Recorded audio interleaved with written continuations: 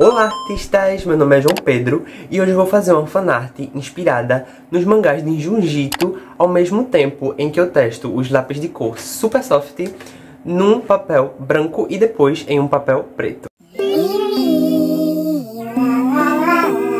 Então, gente, os lápis de cor Super Soft da Faber-Castell funcionam tanto no papel branco quanto no papel preto. Só que eu nunca testei esses lápis no papel preto, então eu queria muito testar ele hoje com vocês. E aí, ao mesmo tempo em que eu vou testar esses lápis de cor, tanto no papel branco quanto no preto, para ver essas diferenças, eu também vou falar um pouco sobre os mangás de Junjito. Então eu quero misturar um pouco do traço do Junjito com o meu próprio traço, ao mesmo tempo em que eu faço essa arte no papel preto, algo que eu nunca testei antes. Então vamos ver como essas artes vão ficar. Então, gente, vou começar fazendo o desenho primeiro no papel branco, para depois ir para o papel preto. Enquanto isso, está passando aí o processo do desenho, e aí eu vou conversando com vocês sobre o conceito do desenho, como tive a ideia e tudo mais. Faz muito tempo que eu estou querendo testar os lápis de cor Super Soft no papel preto. Desde que eu comprei, na verdade, no ano passado, que eu tenho essa vontade. Só que toda vez que eu vou testar algo diferente assim, algo novo, eu fico enrolando muito, porque eu não gosto de fazer qualquer coisa, sabe? Eu sempre quero fazer algo que eu ache criativo e icônico. Então, depois de muito pensar sobre, eu acabei chegando na ideia de transformar minhas personagens originais Navalen e Oceane em personagens dos mangás de Junjito, pois eu acho que o estilo sombrio de Junjito combina perfeitamente com o tipo de arte no papel preto que eu queria trazer e que vocês vão ver melhor logo logo. E para quem não sabe quem é Junjito, ele é um autor de mangás de horror. Eu sempre via os desenhos dos mangás de Junjito pela internet, mas eu nunca entendia muito bem do que se tratava e por onde começar a consumir o conteúdo dele. Até que eu tive meu primeiro contato com Junjito de fato com a minha amiga Isadora, que é fã dele e me emprestou para ler primeiro fragmentos de horror. E eu gostei muito, eu acabei virando fã de Junjito também. E eu nunca fui muito de consumir nenhum mangá antes. Eu nunca me interessei muito, mas agora eu quero tudo que Junjito já fez, eu tô gostando muito. E assim, eu continuo não gostando muito de mangás no geral, eu só me interesso pelos de Junjito. Porque na verdade eu enxergo como uma coletânea de obras de arte, sabe? Pra mim, os desenhos dos mangás de Junjito são tão bem feitos e tão conceituais que pra mim é pura arte. Existem algumas versões em anime de alguns contos de Junjito, só que eu também acabo nem me interessando tanto, porque eu acho muito difícil um anime conseguir transmitir a mesma sensação que as artes dos mangás me passam. Isso é engraçado, porque eu geralmente me interesso mais por animes do que por mangás, mas com Junjito é diferente, eu prefiro muito mais os mangás, porque como eu já falei, pra mim são obras de arte. Mas enfim, voltando pra história, o primeiro mangá que eu li foi Fragmentos de Horror, mas o que eu sempre quis ler mesmo era Tommy, que inclusive foi o primeiro mangá que Junjito escreveu. Só que eu tenho uma certa frescura, porque eu queria ter o mangá físico da Tommy, sabe? Porque eu poderia pegar o PDF pela internet, né? Mas não sei, como eu já falei pra vocês, pra mim Junjito é arte. E pra mim vale mais a pena pegar no mangá, sabe? E literalmente sentir ele, sentir o cheiro das folhas, virar cada página e afins. Só que foi muito difícil de achar os 2 volumes de Tommy aqui na minha cidade. Aí eu já tinha desistido e eu até peguei emprestado o Uzumaki da minha amiga pra ler.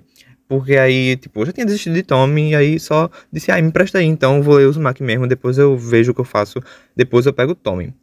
Só que nesse mesmo dia que a gente se encontrou e ela me emprestou o Uzumaki, a gente saiu juntos e justo nesse dia a gente encontrou os 2 volumes de Tommy numa loja. Aí o que aconteceu? Como eu tava com o Uzumaki dela, ela ficou com os meus 2 volumes de Tommy. Eu comprei e já fui emprestando pra ela. Aí eu li o Uzumaki e depois a gente destrocou. A gente brinca que nossa coleção de Junjito é compartilhada. E, gente, essa fanart que eu estou fazendo, inicialmente seria uma mistura de Uzumaki com Tommy. Mas enquanto eu estava fazendo esse desenho, minha amiga acabou me emprestando o Gyu também. E eu achei que combinaria. Então também tem elementos de Gyu nesse desenho. E eu vou falar um pouco sobre cada um desses mangás. Provavelmente vai ter spoiler, tá, gente? Então, se você liga pra spoiler, eu acho melhor você ir ler os mangás antes de ver esse vídeo. Mas eu vou tentar avisar quando tiver spoiler, e eu acho que não vai ser spoilers que vai atrapalhar sua leitura, sabe? Eu acho que vai dar um gás a mais pra você ler e afins. Começando por Uzumaki, eu achei a história muito interessante, porque fala de uma cidade que está literalmente se tornando uma espiral. E é muito perspicaz a forma como Junjito faz você ter medo de algo tão inimaginável de você ter medo, que são as espirais. Algo aparentemente tão simples, mas que ele faz parecer amedrontador. E a forma como as coisas na cidade vão virando as espirais é de um jeito muito criativo. Junjito dá um jeito de encaixar as espirais em coisas que você nunca imaginaria, tipo mosquitos, grávidas, bebês, farol, esculturas, cabelos, cicatrizes, e enfim, gente, muita coisa, só lendo para você entender. Em alguns momentos, eu acho que até pessoas com tripofobia ficariam super agoniadas lendo Uzumaki.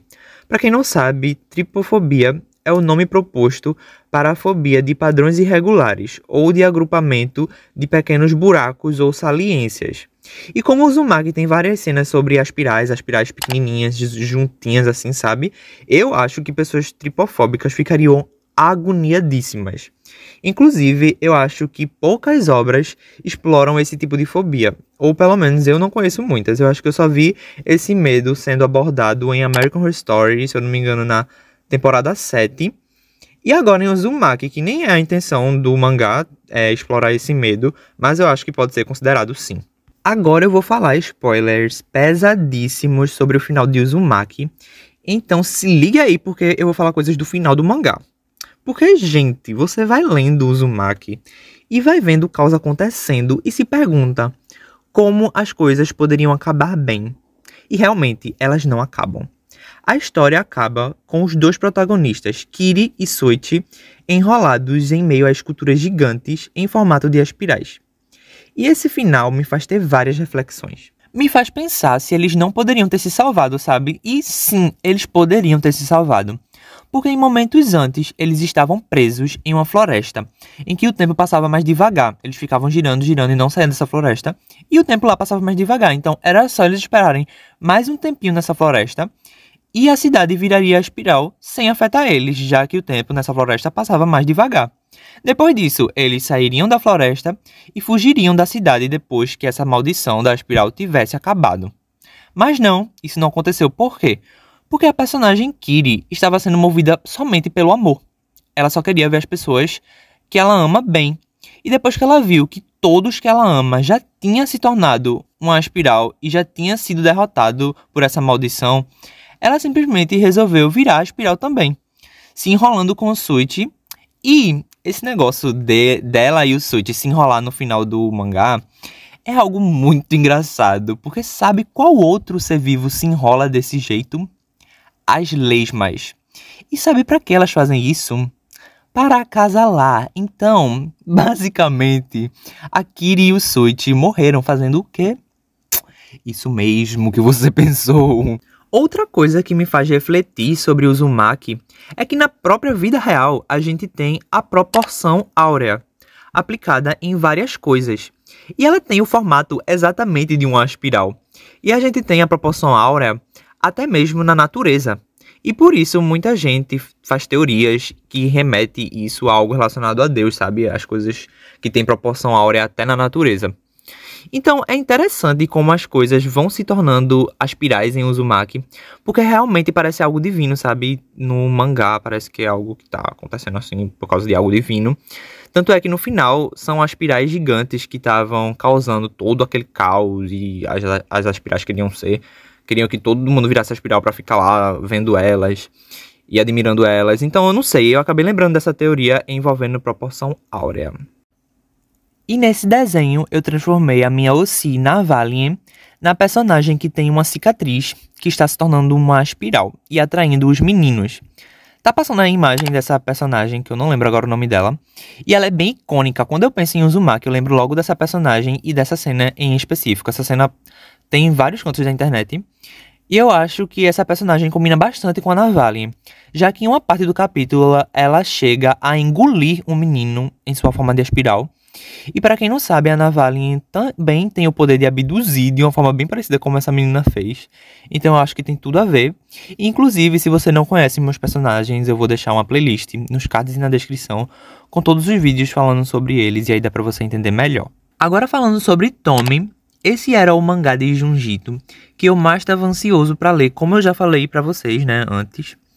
Porque eu já tinha visto algumas coisas sobre ele na internet, já tinha visto imagens sobre, e já tinha visto alguns filmes e séries que me remetiam a Tommy, como Garota de Fora, que é explicitamente inspirado em Tommy, e Jennifer's Body também, que eu acho que não foi inspirado, mas parece muito com Tommy. Enfim, eu acho a Tommy uma personagem muito interessante. E alerta spoiler. Eu acho muito interessante e poético o contexto dela ser uma menina super bonita, com uma pinta embaixo do olho, que realça ainda mais a sua beleza, fazendo com que ela atraia todos que a olham, principalmente os homens. Ela tem uma personalidade super forte, que chega até a ser irritante, mas ainda assim, mesmo que ela se sinta a maioral, todos os homens que ela atrai acabam esquartejando ela. Então ela tem essa dualidade entre ser a vilã e a vítima, porque mesmo sendo morta, ela sempre se regenera de cada partezinha cortada. Ela volta para atormentar a vida de todos, inclusive de quem a matou. A Tommy é a dualidade entre a beleza e a monstruosidade, pois quando ela se irrita, o seu poder de regeneração fica tão mais potente que acaba fazendo surgir tumores e outros rostos pelo seu corpo, o que causa dor e faz com que ela sofra por ver sua beleza sendo afetada por ela mesma. Tanto é que a Tommy é tão competitiva que ela não suporta nem a si mesma. Existem alguns capítulos em que mostra a própria Tommy querendo matar as suas outras versões, mostrando que até ela mesma tem inveja de si e não resiste ao desejo de matar as suas outras versões. Apesar da Tommy ser uma personagem que pode irritar muitas vezes as pessoas, ela se torna icônica exatamente por isso. Eu não sei se vocês estão ligados, mas na cultura japonesa, na maioria das vezes, as personagens femininas são sempre delicadas e fofinhas. Tanto é que se tem muito desse estereótipo das lolis, das menininhas de animes, que muitas vezes só são sexualizadas e estão nos animes para agradar os homens visualmente, mas não possuem histórias e os seus enredos geralmente são insignificantes. Já com a Tommy é diferente. Ela tem personalidade, tem uma história complexa e apesar dela ser muito bonita e atrair os homens, é exatamente assim que eles caem na armadilha, pois logo ela revela o seu lado sombrio e monstruoso, fazendo eles caírem em perdição e perderem a sanidade mental por ela. Eu particularmente gostei muito dos 2 volumes de Tommy, só que no primeiro eu senti que quando estava ficando bom, acabou. Porque o meu capítulo favorito foi o último do primeiro volume, que é o do pintor. Esse capítulo é muito interessante e por mim ele seria estendido e por mim teriam 3 capítulos só falando dessa história, e não apenas um. Porque nessa história a Tommy vai em um pintor, pois ela deseja que sua beleza seja eternizada em uma pintura para sempre, pois em fotos o seu rosto sempre sai distorcido, mostrando a sua verdadeira forma monstruosa. Então ela vai nesse pintor, só que quando o quadro fica pronto, ela não gosta e diz que não chegou nem perto da beleza dela.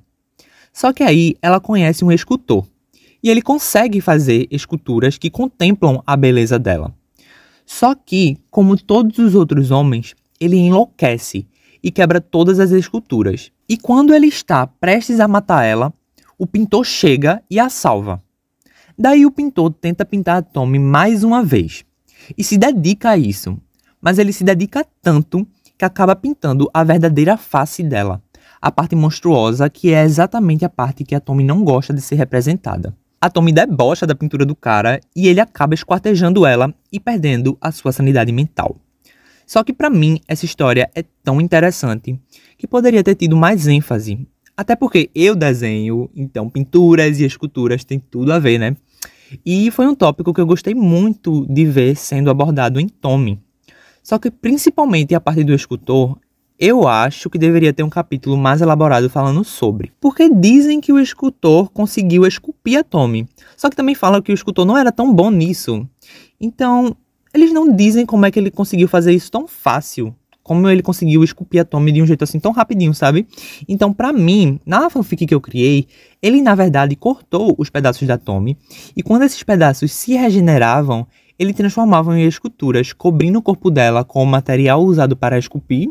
E sei lá, na minha cabeça isso faz sentido e foi isso que aconteceu, só não foi mostrado. No segundo volume de Tommy, os 3 últimos capítulos fazem exatamente o que eu queria que tivesse sido feito com o capítulo do pintor, que são os capítulos Maníaco, Top Model e Decrepitude. Esses 3 capítulos se conectam e terminam o mangá de uma forma muito perspicaz, e era exatamente isso que eu queria que tivesse acontecido com o primeiro volume, pois o capítulo do pintor tinha muito potencial para ser uma trilogia de capítulos, assim como foi o de Top Model, Maníaco e Decrepitude. Mas nesse desenho, eu resolvi transformar a minha personagem Oceane na Tommy. Porque assim, como a Tommy, eu acho a Oceane uma personagem muito linda. E tem o plus dela, que ela é uma sereia, né? E na mitologia, as sereias são esses seres super atraentes e traiçoeiros. A Oceane só não é muito traiçoeira, mas beleza, ela tem. Inclusive, tem até um capítulo do primeiro volume de Tommy que fala sobre uma queda d'água. E tem uma cena de várias Tommys saindo da água, que me lembrou muito sereias e a Oceane. Então, eu achei que tem tudo a ver. E esse desenho aí, da Oceane Tommy, foi inspirado, na verdade, em uma fanart. Porque essa imagem da Tommy é muito icônica. E eu acho que várias pessoas, assim como eu, achavam que era um desenho oficial do Junjito, do mangá de Tommy, mas não é. Na verdade é uma fanart e tá aí a imagem com os créditos. Bom, sobre Gil, como eu já falei, não era a minha intenção que essa fanart envolvesse Gil. Mas como a premissa principal de Gil é falar sobre peixes com patas que estão saindo do mar, eu achei que isso combinaria muito com o desenho, já que eu fiz a Oceane aí, né? E ela é uma sereia, então pra mim peixes tem tudo a ver. Inclusive, em Gil tem toda uma história de como esses peixes surgiram por causa dos efeitos da guerra, em que os cientistas mexeram com uma bactéria e acabou causando danos futuros. Pois do nada começaram a sair do mar peixes, tubarões, baleias e tudo quanto é fruto do mar, todos eles com patas mecânicas. Isso tem um pouco a ver com a história da Oceane também, pois ela tem toda uma história de que as tecnologias do reino dela foram roubadas. E as histórias se diferenciam exatamente na questão de que as tecnologias do reino da Oceane eram boas e contribuíam para a vida aquática.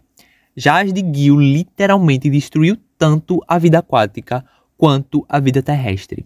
Pois os peixes que saíam do mar exalavam um cheiro fétido da morte, pois todos estavam apodrecendo de dentro para fora, por causa de uma bactéria.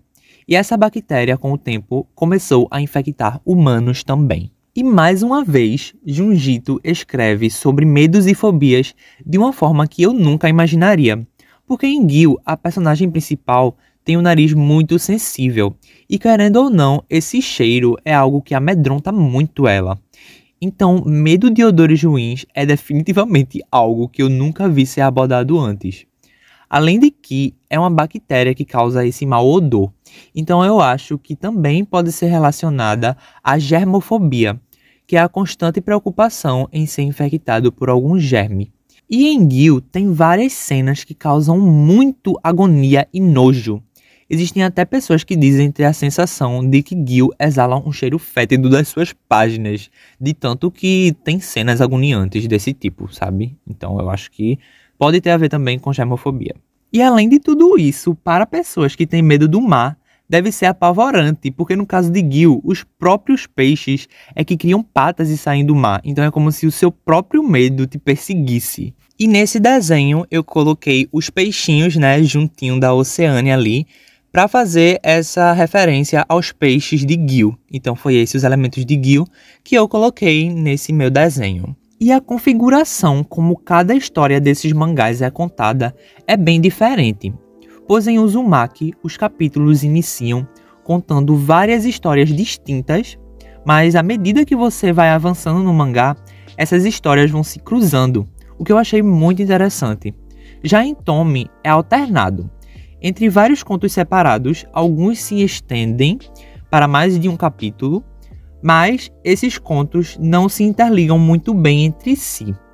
E em Gyu é uma história contínua, apenas separadas por capítulos. Nesse desenho eu tentei interligar os 3 mangás, tanto é que no cenário eu fiz um céu bastante inspirado na obra Noite Estrelada de Van Gogh, pois eu achei que combinaria com as aspirais de Uzumaki, mas também combina com o movimento que o cheiro da morte faz em Gyu.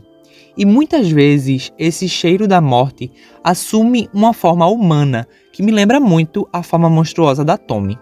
Então eu tentei misturar tudo isso em um desenho só, adicionando os meus toques de criatividade para deixar mais do meu estilo e traço nessa releitura. E pintar com lápis de cor em um papel preto realmente foi uma experiência diferente, porque o lápis Super Soft realmente é pigmentado, mas ele pigmenta de forma diferente em relação ao papel preto e o papel branco.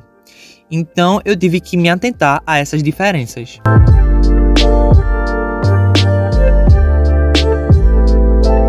E os desenhos ficaram assim.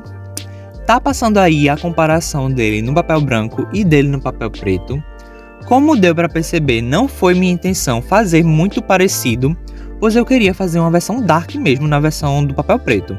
Então eu mudei algumas cores para dar um efeito mais sombrio na versão preta, e eu acho que no final das contas eu gostei bastante disso.